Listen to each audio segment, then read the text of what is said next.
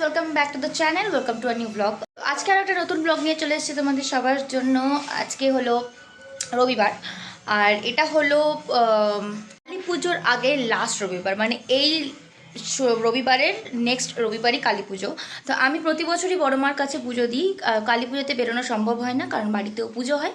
তাই জন্য এবারে ভাবলাম কি আগে গিয়ে একটু পুজো দিয়ে দিই।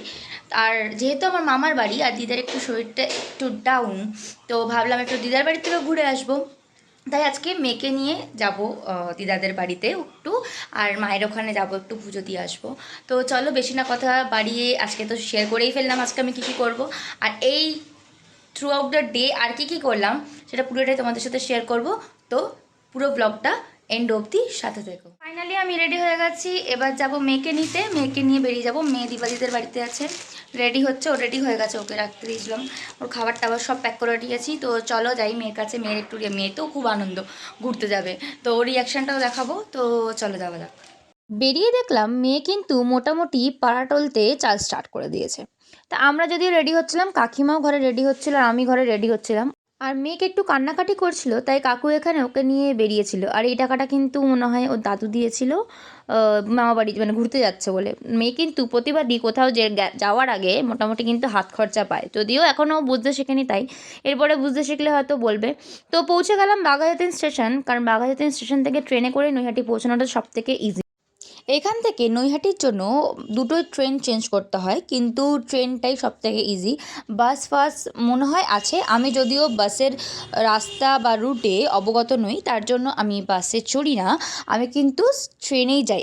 আর আমাদের মানে বাঘাযতীন থেকেও কিন্তু ট্রেনেই শিয়ালদা যাওয়াটা সবথেকে টাইম এফিসিয়েন্ট, তার জন্য কিন্তু আমরা সবসময় ট্রেনটাকেই চুজ করি। আর মেয়ের কিন্তু এইবারে এই local train journey first time ছিল, যদিও সেদিনকে ভিড় খুব একটা ছিল না। আমরা একদম দুপুরবেলার দিকে গেছিলাম, প্লাস উইকেন্ডস ছিল, তাই জন্য কোনো প্রবলেম হয়নি। তার জন্য মেয়েরও কিন্তু খুব একটা সমস্যা হয়নি। তো চলো আমরা নৈহাটি পৌঁছে চলো তোমাদের সাথে আবার দেখা হচ্ছে। নৈহাটি পৌঁছে গেছি, এটা এক্সকেলেটারে উঠছি, পরে কথা হচ্ছে। প্রায় অনেক বছর পর এলাম, লাস্ট এসেছিলাম কবে আমার মনে নেই। যাই হোক, তো অনেক দিন পরই নৈহাটি এলাম। মেয়ে এখানে ঘুমাচ্ছে, একটু পরে ডেকে দেবো, কারণ এত কিছু জিনিস না দেখলে ও মিস করবে। তো যাবো এখন বড় মার ওখানে, তারপরেই মামা বাড়িতে যাবো একবারই পুজোটা দিয়েই। তো চলো সাথে আস্তে আস্তে আস্তে।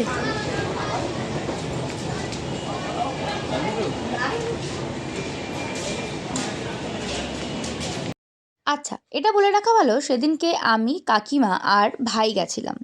এই স্টেশনটা, এই জায়গাটা কিন্তু আমার খুবই চেনা পরিচিত জায়গা, কারণ অনেক ছোটোবেলা, মানে বলতে পারো জন্ম এখানেই, জন্ম থেকেই আমরা এখানে আসা যাওয়া করছি। তার জন্য এই জায়গাটা কিন্তু আমার জন্য অচেনা নয়, আমার কিন্তু বেশ ভালোই লাগে যেতে।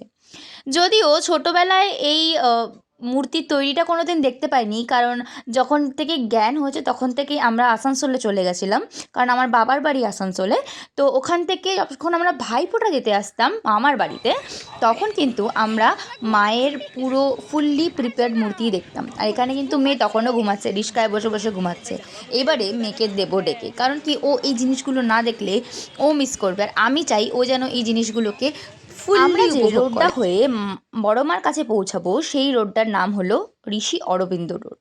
আর এখানে কিন্তু শুধু বড় মা নয়, অনেকেরই পুজো হয়, প্রতিটা মানে ক্লাব ওয়াইজ পুজো হয়, প্রতিটা ব্যবসায়িক সমিতির পুজো হয়, এখানে অনেক রকম পুজো হয়। আমি বলবো নৈহাটিতে কিন্তু পারলে তোমরা একবার এই অরবিন্দ রোডের ঠাকুরগুলোকে দেখে এসো কালী পুজোতে। ইয়েস, আমার ভিডিওটা দিতে অনেক লেট হয়ে গেছে, বাট আমি বলবো এই বছর মানে 2024-এ কিন্তু একবার হলেও যেও।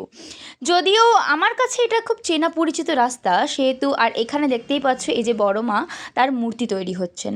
ইনি হলেন কিন্তু জাগ্রত দেবী, এবং নৈহাটির কোনো পুজোই এনাকে ছাড়া সম্পন্ন হয় না। স্টার্টও এনাকে দিয়ে হয়, আর সমাপ্তও কিন্তু বড় মাকে দিয়েই হয়।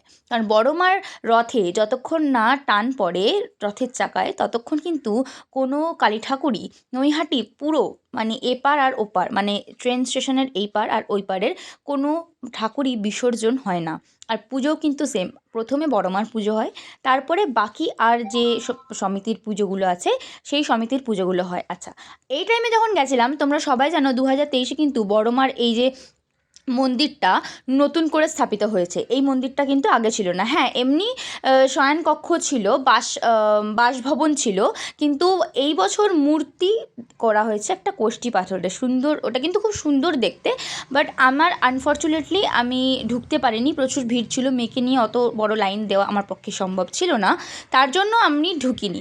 তো বাইরে থেকেই মাকে প্রণাম করে এসেছি। আর আমি যেহেতু এই মাসিক পুজো দিই না, আমি বাৎসরিক পুজো দিই, আমার বাৎসরিক পূজার মানত আছে, তাই প্রতি বছর, মানে এটা কিন্তু এই পুজো আমার আজকের না, অনেক ছোটোবেলা থেকে আমি কিন্তু এই পুজো দিয়ে আসছি, আর এখনও যেটা কন্টিনিউটি চলছে। মা যতদিন চাইবেন ততদিন তো হবেই। তো পুজো দেওয়া পালা আমাদের শেষ, এবারে হলো বাড়ি ফেরা না, মামার বাড়ি যাওয়ার পালা। তোদের মামা কোনটা রে? কোনটা মামা? কোনটা কোনটা মামা? দাঁড়া না, দাঁড়া, ডিস্টার্ব করিস না। মামা কোনটা? মামা কোনটা? কোনটা মামা? ও মা, তুই চিনিস এটা তোর মামা? ও বাবা, আমার কি হাসি, কি হাসি! মামা চিনবে না। মামার বাড়িতে কিন্তু টোটো করে যেতে হবে, তো তার জন্য আমরা এখানে টোটো ধরে নিয়েছিলাম। আরেকজন দেখতেই পারলে মামাকে কিন্তু বেশ ভালোই চিনেছে। তারপর এই পুরো রাস্তা কিন্তু মেয়ে টোটো করেই গেছে। তারপর পৌঁছে গেলাম মামার বাড়ি। এই হলো আমার একটা ছোট্ট মামার বাড়ি। মামার বাড়ি দেখো সামনেই, এটা কিন্তু চাল কুমড়ো গাছ। প্রায় প্রতি বছরই কিন্তু চাল কুমড়ো গাছ বা কুমড়ো গাছ কিছু না কিছু হয়, তাই মামার বাড়িতে গেলে মোটামুটি নয় চাল কুমড়ো নয় লাউ কিছু না কিছু পাই। একটা চাল কুমড়োও কিন্তু ধরেছিল। আমার কথা ছিল অ্যাকচুয়ালি গিয়ে রান্না করার, বাট আনফর্চুনেটলি আমি লেট হয়ে গেছিলাম, তাই কিন্তু মামাই সব রান্না করে রেখেছিল। আর এই যে মেয়ে এখানে খেলছে, আর আমি একটু চা করেছিলাম, আর এটা হলো আমার দিদা। আর এই টুকিটাকি চা করে মোটামুটি আমরা একটু ফ্রেশন আপ হয়ে চলে যাব খাবার দিকে।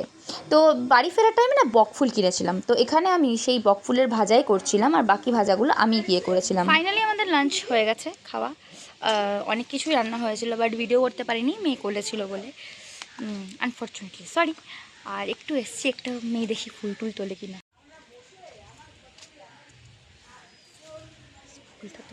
ফুলটা তুল, আরে লাল ফুল তুলতে বলছে। যাই হোক, লাঞ্চ ফাঞ্চ কমপ্লিট করে কাকিমা এখানে পান সেবন করছে, আর আলটিমেটলি লাল ফুল তুলতে বলেছিলাম, তিনি সবুজ পাতা তুলেছেন। তারপরে মেয়ে যাই হোক, মেনু দেখাতে পারিনি তো কী হয়েছে, চলো মেনুটা তোমাদেরকে বলে দিই। সেদিনকার মেনুতে ছিল চিকেন কষা, ফুলকপির রোস্ট, আর ছিল মাছের মাথা দিয়ে ডাল, আর ভাজাভুজি, যেটা তোমাদেরকে দেখিয়েছি। তো আর আমাদের লাঞ্চও কমপ্লিট হয়ে গেলো। সেদিনকের মতো দিনটা নৈহাটিতে কাটানো কমপ্লিট হয়ে গেল, কারণ আমি নৈহাটিতে থাকবো না, বিকজ পরের দিন সকালেই আমার অফিস ছিল, তার জন্য আমরা কিন্তু সেদিনকেই ব্যাক করেছিলাম। তো মোটামুটি সেদিনকার মতো শেষ, আমরা আমাদের নৈহাটি ছাড়ার পালা। তো চলো যাওয়া যাক। এই এখানে আমাদের চলে এসছে টোটো, আর আমরা উঠে যাব। আমাদের প্রায় বিকাল সন্ধে হয়ে গেছিলো, মোটামুটি 6:30 7টা নাগাদ আমরা বেরিয়ে পড়েছিলাম বাড়ি আসার উদ্দেশ্যে। তো আজকের মতো ব্লগটা এখানেই শেষ করছি, আবার নেক্সট ব্লগে দেখা হচ্ছে, ততক্ষণের জন্য টাটা।